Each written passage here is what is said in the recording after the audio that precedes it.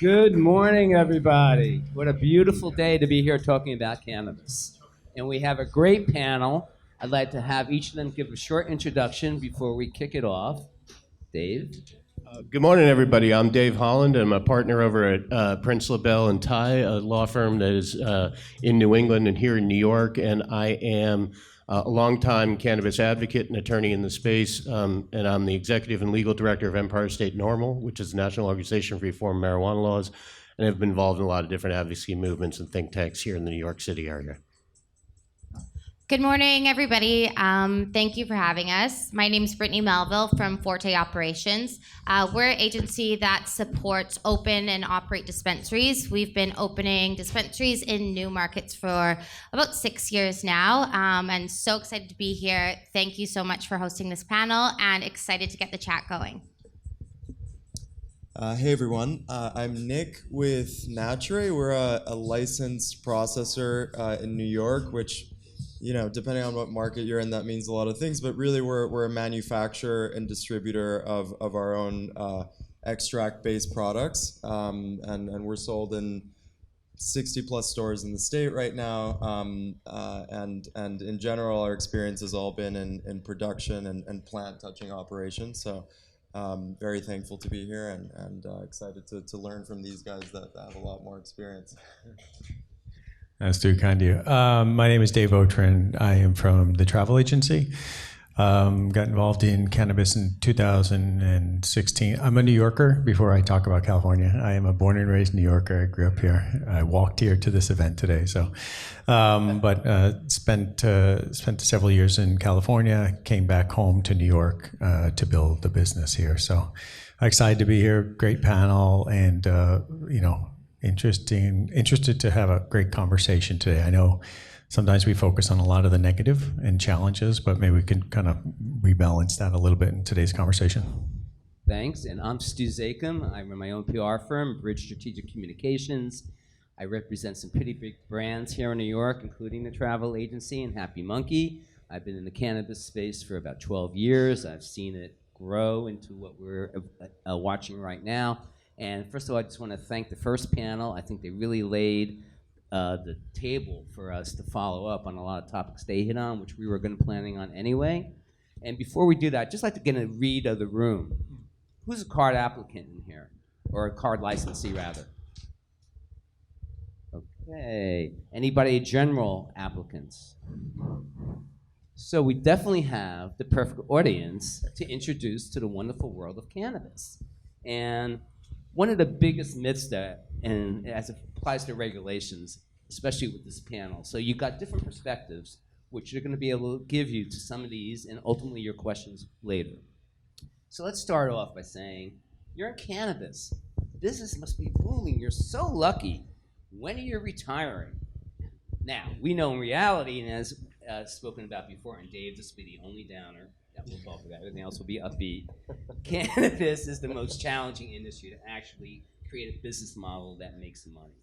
And to Mary's point, especially plant touching. So let's jump off with that. And I'll start with you, Dave. You know, it's an exciting field. Retirement, I think, is a long way off for a lot of folks in this space, because one of the things that I constantly run into, and as an attorney, and I've really been where most people start out, you start out with this from the criminal defense side or prosecution side, and watching its evolution over the last several decades into what's now a legalized space. It defies all regular business models that most people are coming into. So you'll hear a lot of people saying their venture capital and things of that nature, and how they were a success somewhere else means it's going to translate to immediate success in the cannabis space. And that's not true. There's a culture, there's a vibrancy, and there's a whole code of conduct that goes with it.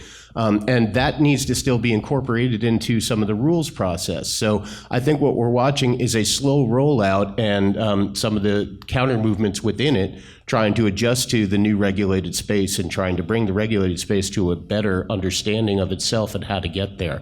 And that's one of the challenges that's out there. So I think that we're going to hear a lot of frustrations, a lot of hiccups along the way, but I think in few years from now, it's going to be an extremely vibrant industry, not only in New York, but New York is going to be one of the world leaders in it because we have the financial industries, we have the UN, you have international trade, you have all those things are coming, but it's going to take a little bit of time for them to adjust their strategies in how to indoctrinate and incorporate that into their business and models that they operate under.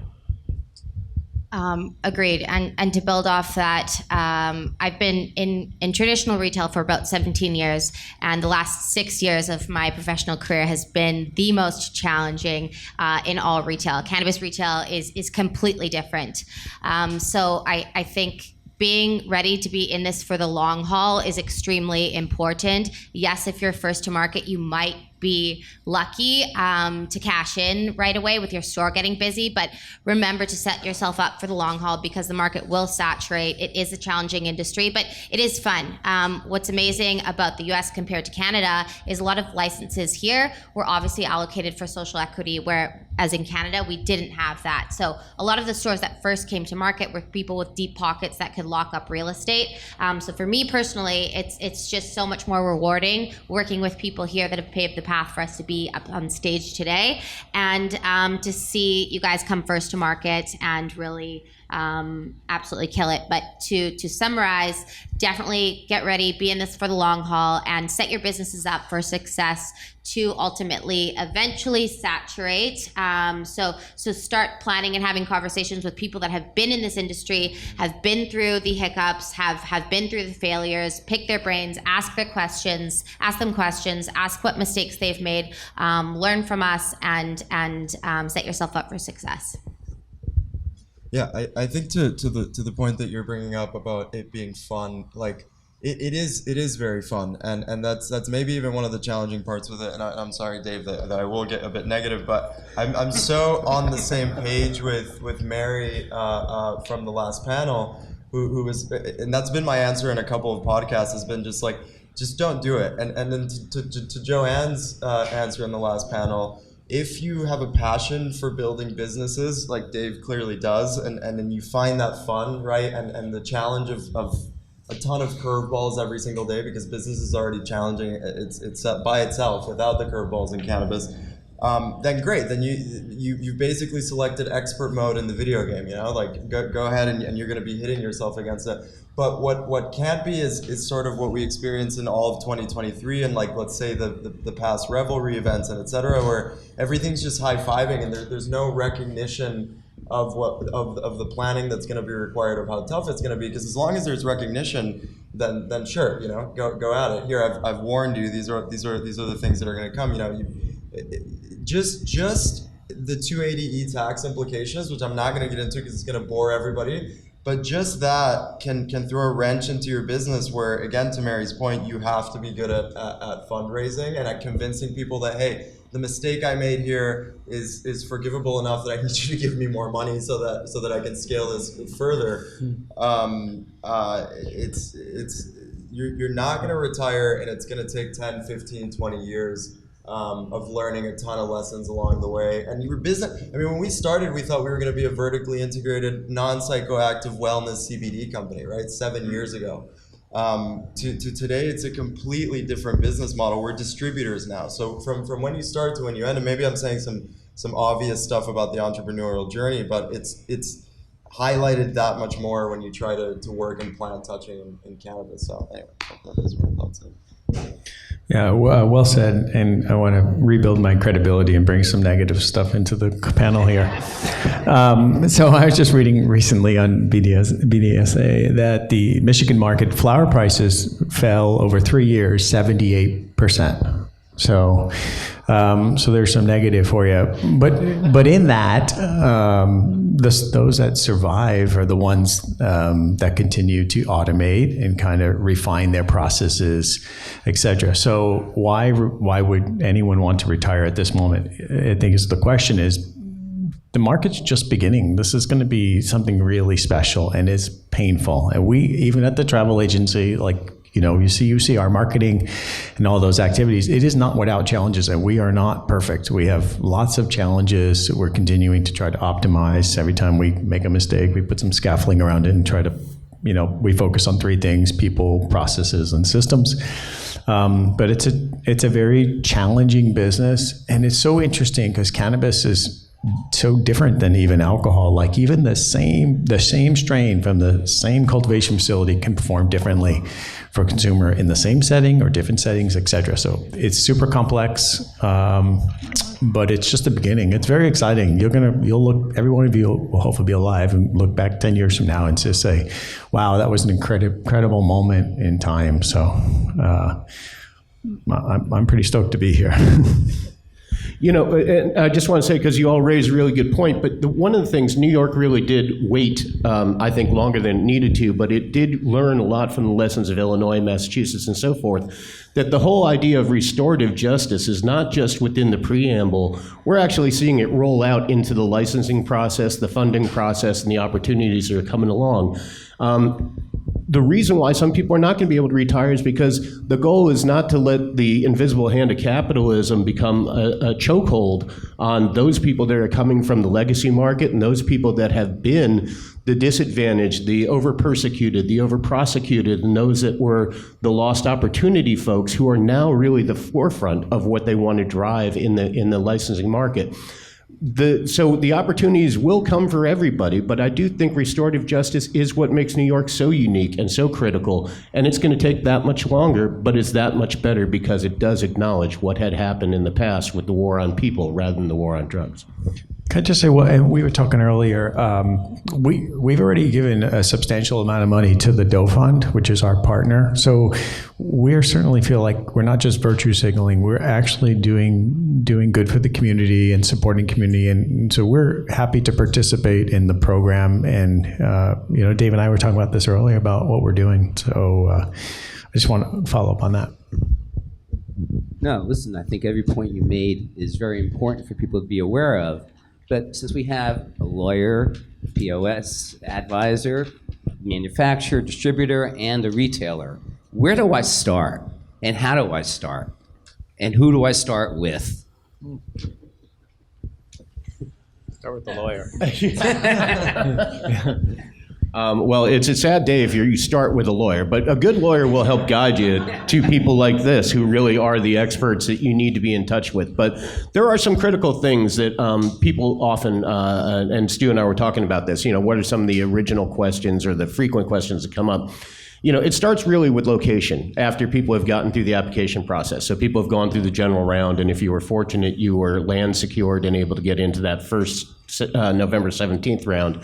But then you have that provisional licensing for people who are going to look for space afterwards. One of the key things that people ought to be aware of is when you're talking to landlords, they're going to tell you, yeah, absolutely, I'm game for it, let's do it. The question you got to ask, and you got to be aware of what their answer is you got to ask them, do you have a mortgage or anything on your building that is going to prevent me from being able to actually lease this space? Because in a lot of lending documents, it will say that the borrower, being the landlord, will not violate either state or federal law. And as you know, this is still federal prohibition, or at least until rescheduling goes through, which is a whole other type of conversation about whether that's a good or bad thing. But landlords are going to tell you absolutely it's no problem because they think it's their choice, and it's not. And the problem's going to be that a lender could turn around after you've already just spent your life fortune and borrowed other people's life fortunes to develop a shop, and they're going to say you have to be removed because it violates the lending agreement. So you want to get the landlord to give you or either contact directly with the lender or a written representation from the lender that they're not going to find that to be a violation of the mortgage note that may be on that property so that you can develop. And that's one of many things that are initial questions you really ought to focus on, particularly if you're out there starting to scour for properties and where you think you want to be set up. I agree with that. Definitely a lawyer. Shout out Hoffman if you're still here somewhere. In the house. She's always here. He doesn't miss one of these things. Definitely a lawyer to support with your corporate structure. Personally, as a retail strategist, where we like to come in is when you're in the final stages of negotiating your lease. We have come into a couple projects recently where somebody is looking at signing a 6,500 square foot lease in a smaller city with dispensaries around the corner and a flourishing illicit market still, which wouldn't be my first suggestion for a store unless you're like Dave around the corner here. So personally, where we like to come in is when you're just in the final stages, about to sign your lease, and you need to make the next operational decisions in terms of a hiring timeline, your marketing strategy plan, your product planning, your people planning, and your partner planning. I guess I won't comment on the store side because I don't have a lot of experience, but maybe if the question is where do you start from a business perspective if you want to get into cannabis, right? Absolutely. I think that the logical place to start would be, looking at the different chain, as you just said. What resources do I have around me and my family and my friends? Does anybody own a farm? Like, what lines up, first of all, that's going to give me a little bit of an advantage in whatever part of the chain I end up in, and then if there is nothing, right? If you just have to start blank, I would say go work for one of the big companies. Like I think if I would have gotten a chance to work at like whatever, I don't know how many people hate different ROs here, so I don't know which ones I can name, but maybe GTI or whatever. If I would have gotten a chance to work even on the production at the facility itself for just a year, and then I got to start my production business, I would have saved, I don't know how many, the company would have saved, I don't know how many hundreds of thousands of dollars. So I would say, just if you don't have anybody around you that's going to give you any advice, go work somewhere for a year. It's not it's just a year. The cannabis industry isn't running away anywhere. It's going to be here so 6 months, a year, intern somewhere, do something so that you get experience. Otherwise, you're gonna go from thinking that you might be able to make paper with your leftover stocks to also making vapes and also flour and also we're gonna be you'll go crazy. So getting some experience so you know where you want to focus would be where I'd start. And Dave, before you answer, since retail is the end of the line, so to speak, in the one that deals directly with the consumer, how would you advise someone, what should they be looking at as they create their retail space? What kind of programs? How do you work with bud tenders in the roles they all play? How does that factor in, and why is it necessary for people to be aware of that?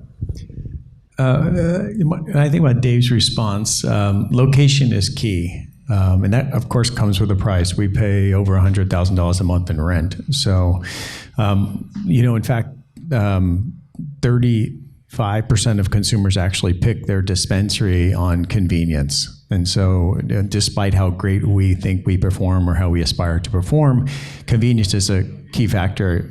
Yesterday, I walked into an illicit shop and it was convenient. It's in my neighborhood. I didn't purchase anything, but he showed me all this flour, and I said, "Well, how do you get such great pricing?" He said, "Volume."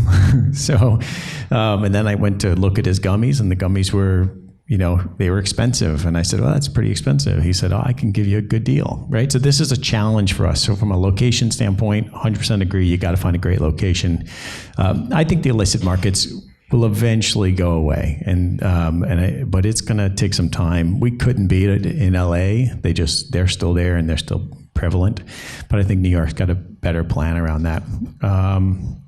From a retail store, I actually wanted to address from a brand standpoint. If you're a brand and you want to get into this marketplace, the question I would start with is, what is your long-term sustainable advantage?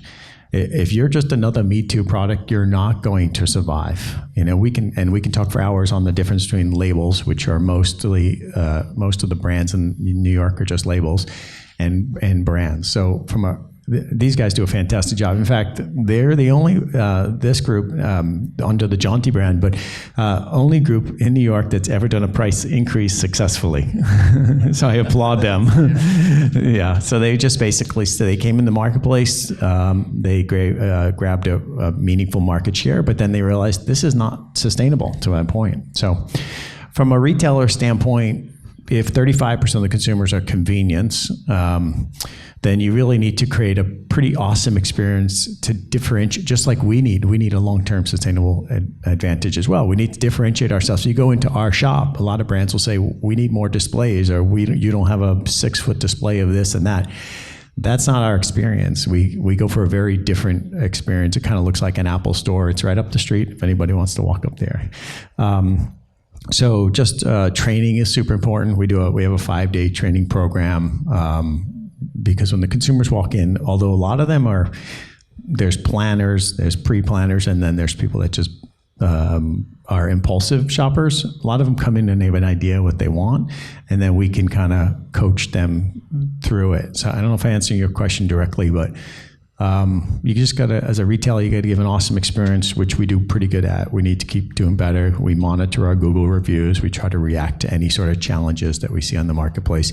And we're continuing. We do weekly category reviews. We're always looking to see how can we optimize our menu, and are we satisfying every single customer base. There are like women have specific need states they're looking for, generation millennials have specific needs, elderly people have specific needs. So we try to make sure, do we have a product for every single age group and every type of cannabis consumer and a range of price points.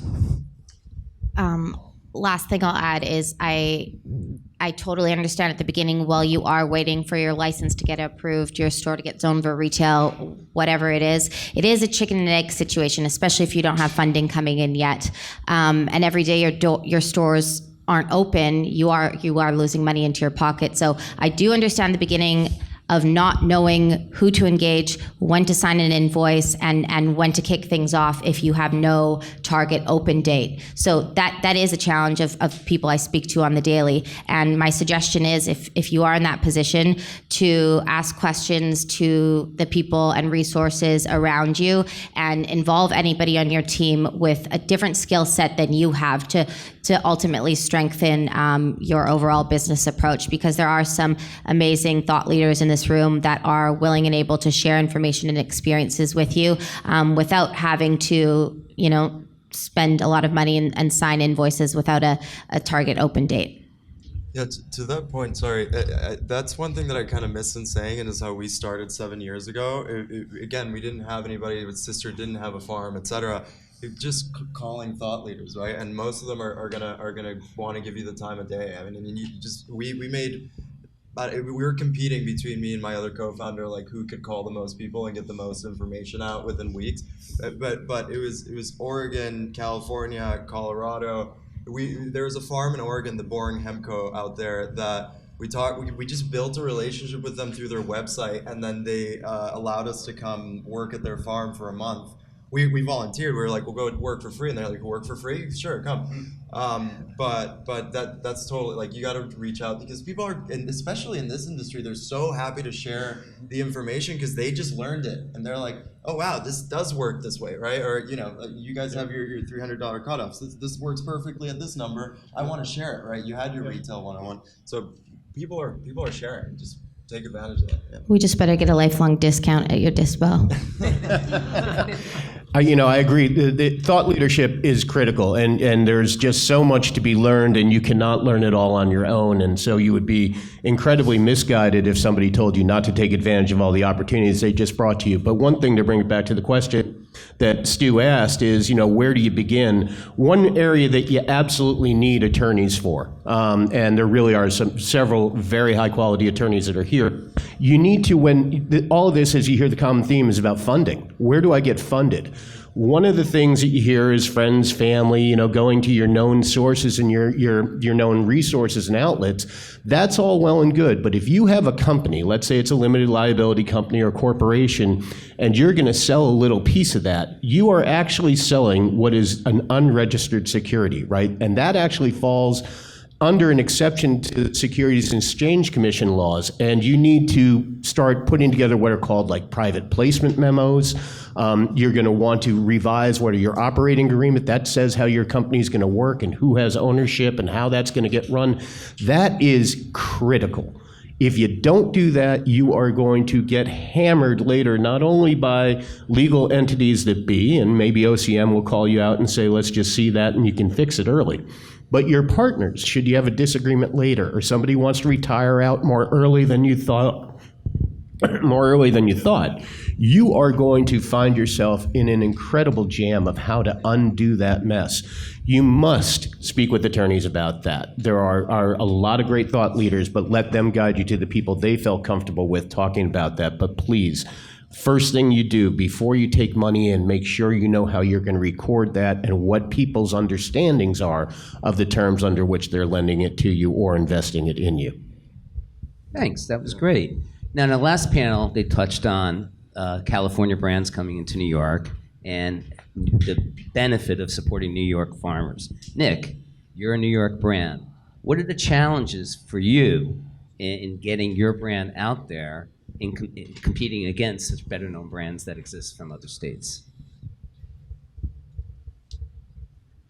The challenges for us are really logistical and input based right now. It's really the actual distribution and getting the stuff to the different locations with our small distro team right now, and then having the high quality inputs that we need so that our product, we're only extract based, so that our product portfolio can really shine without having flower. We need very high quality stuff. So the challenges have been getting the inputs. In terms of marketing and branding in the stores, maybe this isn't a popular opinion, but in general, what I've felt is that the New York retail licensees are very pro New York brands. That's what they want to see in there. And in fact, if you can give them the tools to avoid bringing in out-of-state brand, they will. They will. I mean, so we haven't had the money to be able to make incredible flashy displays or have, you know, banners in every corner. And they have economies of scale because there are many states. They've figured out their business model so that their marketing can be viable. Their marketing assets, let's say, can be viable across all of that, so they get economies of scale. So they have more of it, but our fight against that is basically provide better service and authenticity and quality with the store. That's the only way that we can fight it. I just haven't felt so far, because those guys have the challenge of getting inputs at a good price, and it's impossible for them right now. So their pricing in the market is absurd. I mean, they're selling $100 1 gram distillate vapes when like New York brands sell them for like 60 to 65. So they're in a tough position in terms of pricing. They can bring all the flashy stuff that they want, but like ultimately the consumer is going to determine, and you can see it on headset on the data that New York farms are selling way more than out-of-state players are. Final thing to add there, which is I think a nuance that maybe a lot of people don't understand, most of these out-of-state brands are working through a New York cultivator or processor, right? So if you're a New York processor, you can decide my business is going to be a white label business. I don't have the team to build a brand. I'm a manufacturer, and I need people to commercialize my manufacturing capability. Those are going to be brands. Like HPI is one that's got, you know, Packwoods. They've got a bunch of out-of-state people, but HPI is selling those guys distillate, so HPI is making money off of it. So I don't think that it's not a concern that out-of-state brands come in and use a California very out-of-compliance playbook, and all of the serious New York operators are trying to fight that. I mean, ourselves, Heirloom, we're reporting this stuff and working against it. They do come in super out of compliance, but I wouldn't say that their market share, and I don't know if you disagree, Dave, but that they've taken market share in the stores without benefiting New York producers. Right. Like, so we brought in cookies, and we've essentially discontinued half the SKUs already. I mean, just because you have a flashy name, and obviously we did a press release with them too, but I don't know, is that me? Okay. There's no feedback. Don't take it personally. I appreciate the feedback. But you need to, again, the brand, like, where's your sustainable competitive advantage? It has to be a high quality product that consumers come back for. When we do our category reviews and we're looking for, you know, which items, you mentioned $300. To stay on our menu, you basically have to achieve $300 a day in revenue on a per SKU basis. So like that's a criteria based on our particular menu. So if they don't hit the criteria, means that they're not connecting with the consumer. So for us, before we discontinue an item, we look at how many unique customers have purchased the product. So if 90+% of the customers, 90% of the purchases have been unique, that means hardly no one's ever bought the product twice. That's an easy one for us to discontinue, because it just means that no consumer has voted twice with their dollars. They had an experience, it wasn't worth coming back for. And we can get into categorically why that changes. Like flower consumers tend to be more exploratory, as opposed to edible consumers tend to be more brand loyal, et cetera. But I wouldn't worry about them. And I know you mentioned the MSOs. So let's get it out in the room here.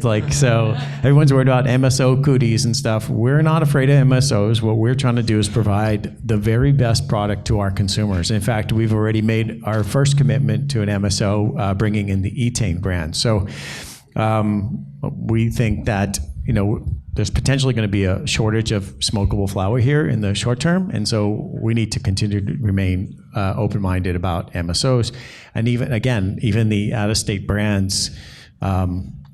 If they tend to come with a playbook, they said, "Look, here's what we're going to do. Here's what we're going to activate," but they too are limited by the regulations. So I think it's a fairer market in New York, but we give no preference to them. And to your point, they have to buy from New York farms, and there's New York employees. So it's I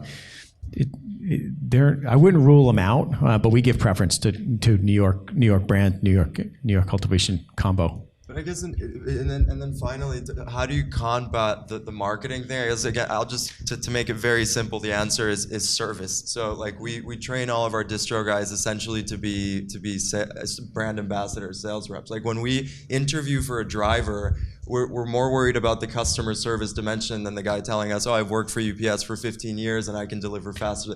That's not necessarily the concern. So that's how we would battle that. It's service. Yeah.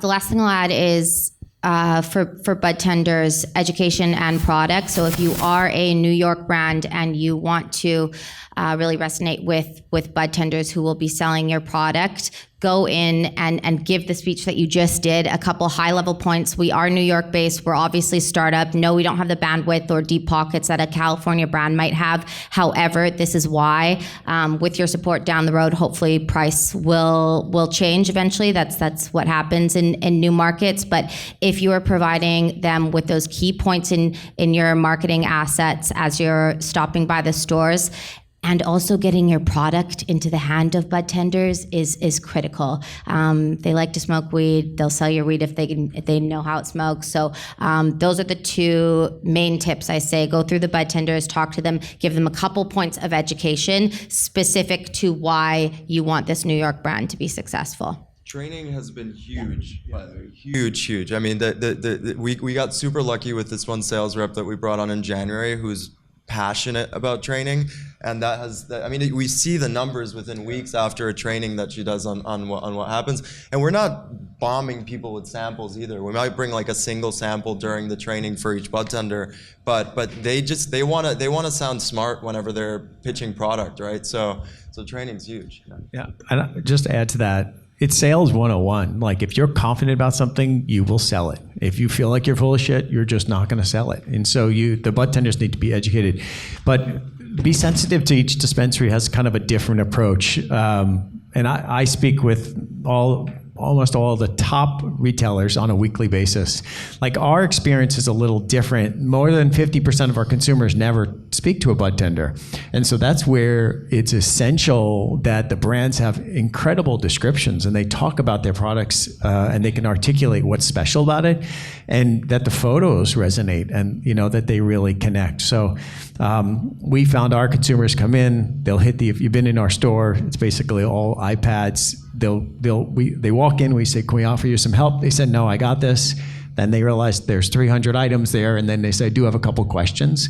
But most of the purchases are done without a bud tender. But when we need the bud tender needs to be really educated to identify if this is a kind of curious consumer, this is the type of products that they might be looking for, say a gummy, et cetera. But if it's like a connoisseur, well, then they're looking for premium concentrates, et cetera. So our bud tenders are really well trained in order to match the right product with the experience that they're seeking. But again, for us, it's also equally important for the photos and the descriptions.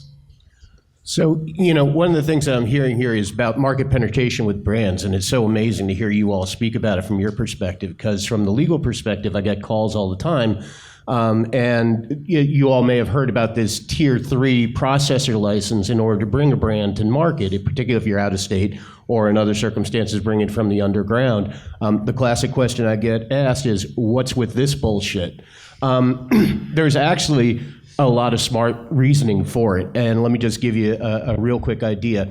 The idea is under Tier 3 that you want to come to New York, you're going to process or you're going to bring that brand to a New York licensed processor who's then going to white label it for you, as you all were talking about earlier, and put that brand into stores for you, so you get that market penetration. More importantly, though, on an intellectual property basis, look back at the idea of this. Cannabis is still, at least at the present time, a Schedule I drug, which means it's completely prohibited, and therefore you can't get copyright or trademark protection on the plant itself or various aspects of that plant in your marketing of it. But as I sort of go around and talk to people, you can get different types of what's called common law or state registration for your trademarks. Things like your brand name, where you put on, hats, T-shirts, lighters, ashtrays. Those are also protectable under federal law. It's just not the plant itself or the strain itself or that branded product that you've put out.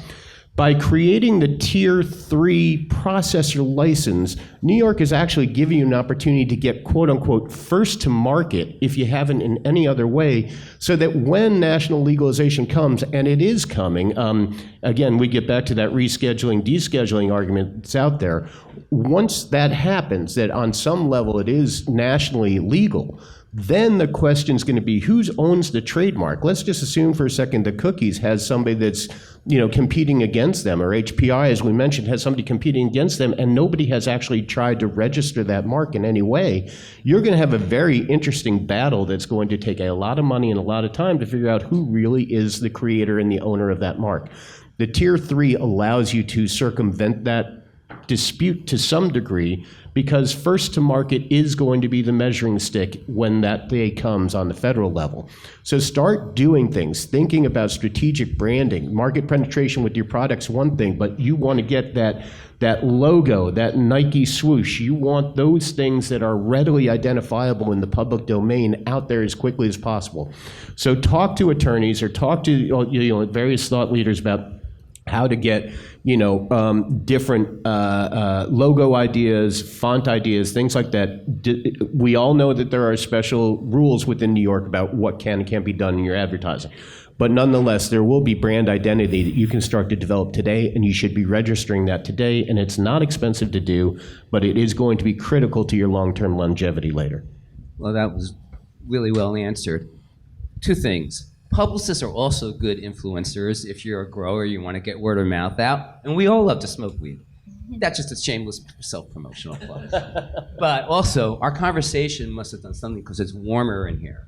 So we've heated the place up with the conversation. So thank you for that. We got to wrap up. Do we have time for a quick? Okay. So if you guys just want to give a quick summary to our conversation, marching orders to the gang, and one other plug, in the next break, if you didn't bring any product with you, there happens to be a kiosk on the first floor where you can order, and the travel agency will deliver here in time for the next panel or before lunch. Convenience. So quick wrap up. I think that if you're a brand, look in the mirror and figure out if you're a brand or a label. And if you want to be a brand, do the work. If you don't want to do the work, then sell your biomass to somebody else that's willing to do the work. There are lots of, unfortunately, I guess I'd speak to loyalty, right? So for me, just understand this. My paradigm is this, and it's true, that loyalty, basically, the consumer goes to their local dispensary. They are loyal to their dispensary, number one. Number two, the consumer is actually loyal to the category. So somebody that wants flower is going to walk in and walk out with flower. Third, they're loyal to the brand. So, and just to kind of reinforce that, unless you forget your wallet, no one ever leaves the travel agency without product, right? Even if they came in for Camino, we can easily flip them to Jaunty, we can flip them to Flores Farm, etc. So there is no real brand loyalty yet, even at the Camino heavy hitters level. So the loyalty is dispensary first, but it's we're not number one. It's convenience. So it's convenience, dispensary, category, and then the brand. And then the other part of that, I'd say, is there's a lot to talk about and unpack on consumers, but consumers are most loyal to, say, edibles and least loyal to flower, because the flower consumer is pretty exploratory. They want to check out things. That's my perspective from a brand standpoint. From a retailer standpoint, you must deliver outstanding experience, and we aspire to do that every single day. I used to work for Walt Disney World, and that was our big thing, right? Just to create these magical experiences. We try to do it every day, but we are not, of course, without complaints or challenges ourselves. So give an awesome experience, be a good listener, have a great portfolio. Be really disciplined. I know that I was getting teased earlier about having my laptop open with some spreadsheets, but I run data all day long. I can tell you right now that I'm a Cancer, so Cancers over-index on pre-rolls. So I can tell you by horoscope which categories, but that is useless data. So there's data, and there's data that informs our insights and our decision making. We have an enormous amount of data, so kind of understand your consumer, make sure you have the right portfolio mix. And I have been pretty accessible to most people in this room here, so I'm always open and interested in sharing. I've been in the business a while. It's a hard business, and most will fail. So reach out to the community and ask for help. Yeah, I mean, I guess on that note, basically, it's an incredibly challenging business, regardless of plant touching is, regardless of where you come from on it. But if you have a passion, as I do for cannabis, right, which makes it super helpful. I mean, if I was dealing with oregano or whatever, and I went to the plant every day and it smelled like oregano, it wouldn't really keep me going. But back in the CBD days, I would go to the plant every day and it smelled like weed, and I was like, oh man, one day it's gonna be weed in here. So it certainly helps to have a bit of passion for cannabis, and then just know that it's not going to be what you thought it was going to be at the beginning. It's going to change and evolve throughout the thing. And if as Dave is saying, you stay super disciplined, you set some guardrails, and you're checking them all the time, you'll be in control of that evolution essentially. And the biggest conclusion is reach out to people that have gone through it, because they'll give you the experience and the stuff that they've gone through. So yeah, thanks. Not necessarily from a regulatory standpoint, but people, processes, and partnership. So number one, people are going to be the main driver of your business. Surround yourself with people that have complementary skill sets to you. Strategically hire your retail teams with different skill sets in various areas of the business. And then processes, ensure that you are set up for success before your doors open. I always say retail is detail. I've been to a couple store openings where the TV menus weren't turned on, Dutchie Pay wasn't activated, prices weren't put into the till, and a transaction hadn't even been tested in advance. So take the extra time and ensure your processes are put in place. And then finally, your partnerships. That is a huge milestone in advanced opening. You do need to vet your partners, and you do need to take a look at all the different ancillary businesses and negotiate contracts and figure out what's best for your business practices. So definitely those three things to take away. I guess, for those of you that haven't begun the process or haven't spoken to legal counsel, it's a frightening experience, and so I think some of the things you ought to do is first be yourself. No matter what, lawyers are selling you a service. At the end of the day, we have a product to provide, which is our knowledge, our expertise, and our time. It's you who's the consumer. So ask the hard questions of them to make sure that it's somebody you're comfortable speaking to, because you are going to have many a sleepless night, and you're going to look to a person for answers. And it's those answers that are going to keep you driving forward with this business. So ask them, what is your rate structure? Can we work out something where things happen in phases or in flat fees, or things like that? And ask them, what's been your experience? How many clients have you represented? What do you think about things that have happened in other states? Really probe them, because you're going to find that there are, in this room, all the attorneys I've seen here are top-notch. They would be the people I do actually call up and say, hey, what do you think about this problem, this issue? There are a lot of people that hold themselves out there as being experts in the space that really have not been here before. And I think you want to try to ask around, ask your colleagues, because people do know who's who in the space, and that's going to be giving you the greatest amount of comfort, because you're investing in an attorney and you're investing in yourself, and that's a mutual partnership that you're going to end up, going down a long road with together. And then you got to make sure from the beginning you're comfortable talking to that person. And that's the key thing. Just be able to be yourself in talking and ask the questions you feel are important. They will answer them as best they can, and it will give you a much better result later down the line. Thank you. We're out of time. Our panelists.